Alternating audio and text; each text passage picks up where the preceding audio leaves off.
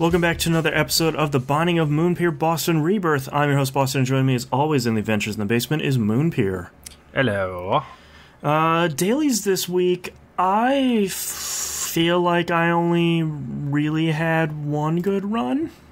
Yeah, you might feel like you had only one good run, but I feel like I had 5 really bad runs.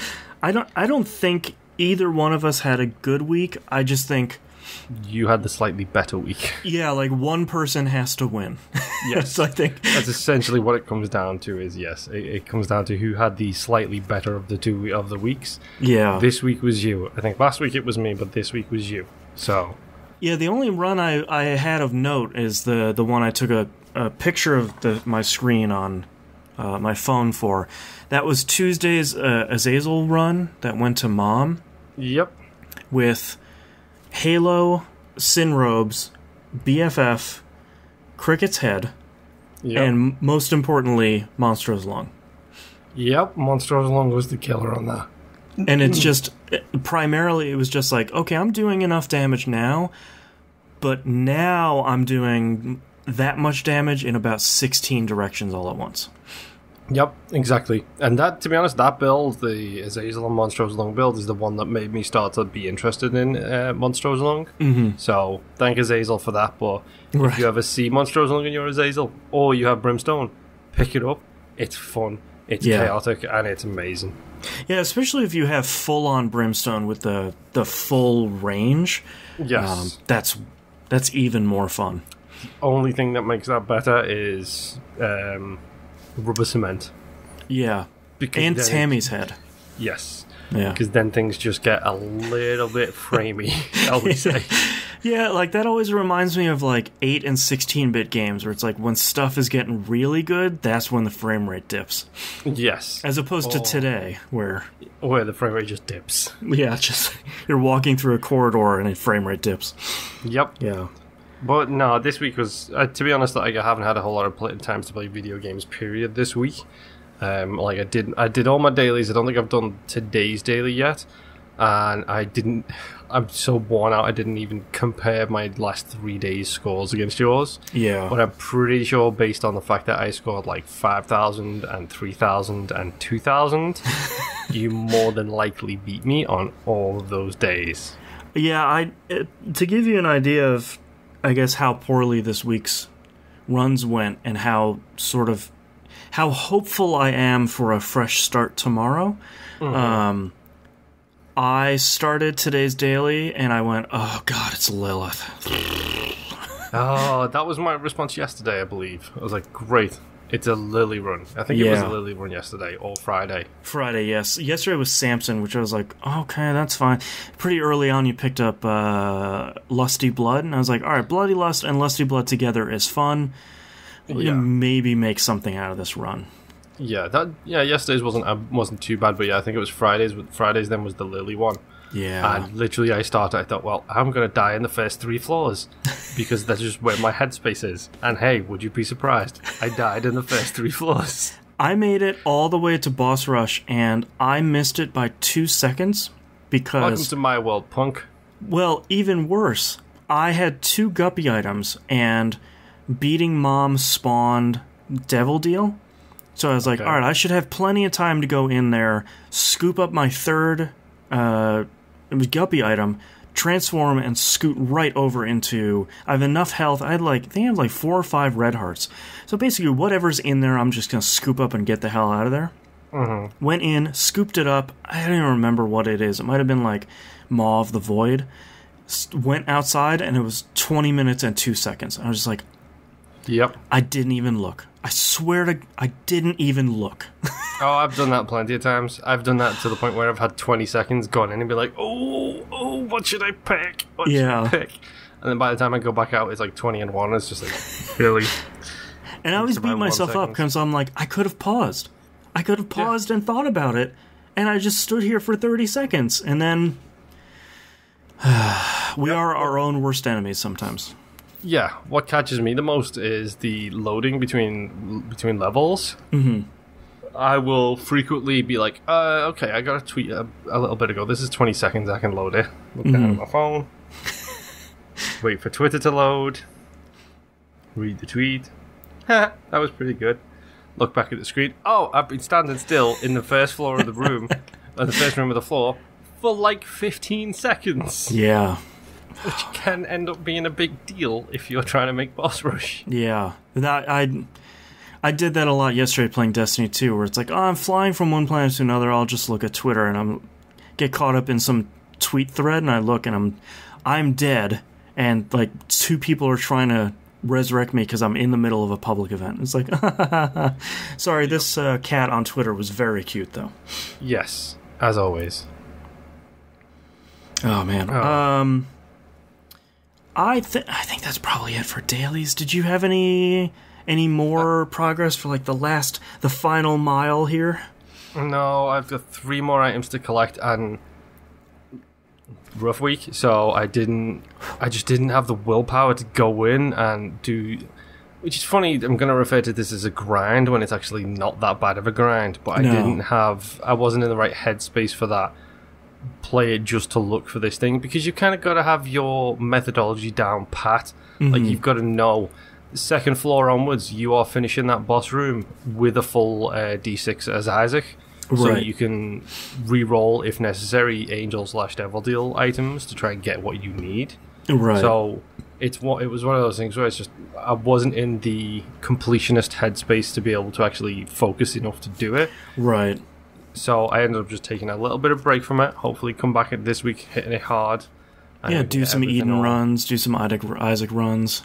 Yeah. I was thinking to myself, if I do Eden runs and start with the items, does that count as me collecting the items? It does, yes.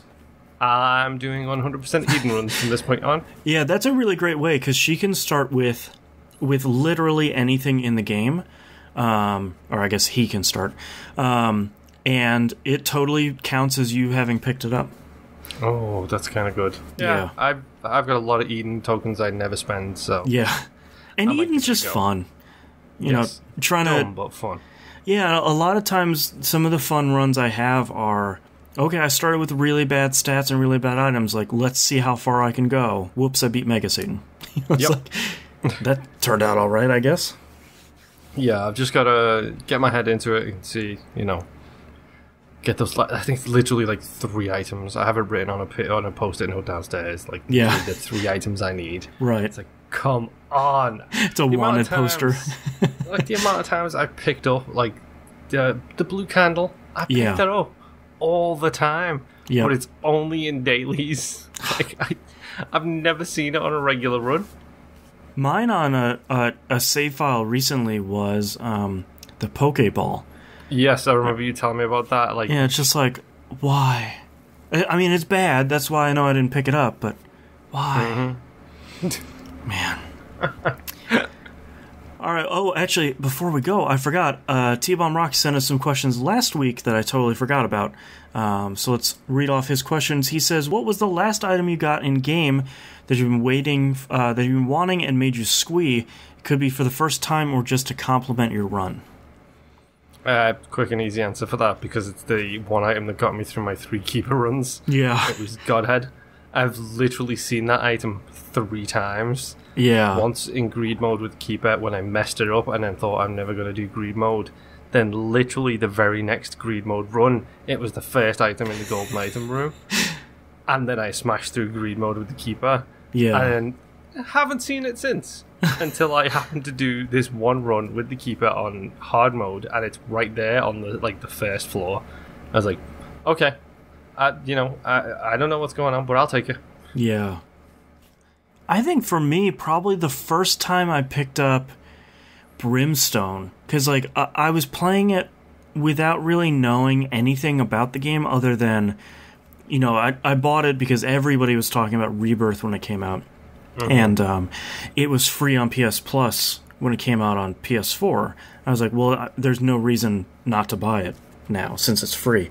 And I think the first time I picked up Brimstone and fired it, I was just like, oh my god. Like, I don't remember what that item looked like. I don't know what I picked up, but this is incredible. Did the exact same thing happen to me the first time I picked up Brimstone? I was like, what is Blood Laser Barrage and what does it mean? Yeah. And then you fire and you realize what it means, and then you immediately think, what is that item? Where can I get it again? Yeah, and I think every time I have a run like that, the item that makes me feel like that is Tammy's Head. It's one of those items where, like, unless you have a specific setup already, Tammy's Head is just going to shoot a bunch of really weak tears out from you, and it doesn't really matter. Yes. But if you have a really cool or really strong run, Tammy's Head starts you, basically on the path of enter the room, fire it, and exit the room as you're still moving. Like, you never stop for nothing. Yeah, Tammy's Head is ridiculous. I think Tammy's Head was the reason I did speed, I believe. I think so, yeah. I think Tammy's Head is the reason I was just like, I've got 1 minute and 2 floors to go, let's rock this. Right. And then booked it all the way through to the end, so... Especially considering it's a one-room charge, so it's literally enter room, kill everything, enter room, kill everything, enter room, kill everything. Yeah, including bosses, like, it does so much damage, yeah. Yep. He also asked, my 5-year-old loves watching me play Isaac. It's to the point that I bought her the Switch version so she can play wherever she wants, mainly because she's a backseat Isaac player when I do my runs. Do you guys have any other games that are family affairs? Oh, I mean... No Man's Sky for my wife and I? Yeah, for me, I mean... Probably The Division, Dead by Daylight. I would say Siege, but they're now like Siege pro players, and I'm like a rookie. Yeah, so it's not that anymore. You're like player level 1, and they're prestige 10 times. My account level in that game, I think, is just under or just hit 50, which there is an achievement for. I'm pretty sure all of them have like upwards of 150, which should tell you something. Wow. My wife and I used to play a lot of Destiny together before we had a kid, but you can't pause, so... Yeah, it makes it very difficult. Yeah. Like, it's the same with us. It's like one of us, like, if we're playing something co-op, we have the thing of, well, one of us will make food, so we'll just pause the game or whatever, and then the other one will, like, do the dishes or something. But if it's hard with the games as a service model to find something that's, like, that kind of thing. Yeah.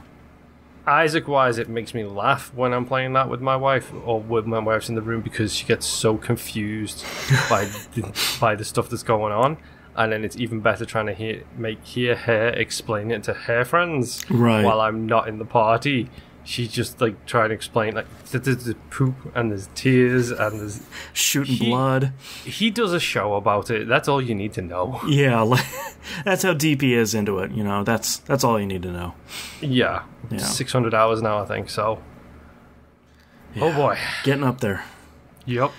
And last but not least, want to remind everyone that if you haven't backed the Kickstarter, I think it has a little under 2 weeks left for 4 Souls. That's not our Kickstarter, for the record. That's Isaac. Yeah, not our Kickstarter. That's our Isaac Total Conversion Fan Pack Kickstarter will be launching any day now. But he's saying that the $25 tier will be sold in stores later if he can. If you really want it, I think you're going to want to get in on the Kickstarter. So It's obviously funded. So, should be fine. But that's our episode this week. Thank you, Moonpeer, for joining me yet again in the basement. Thank you. And we'll see you all next week. It's so hot in here.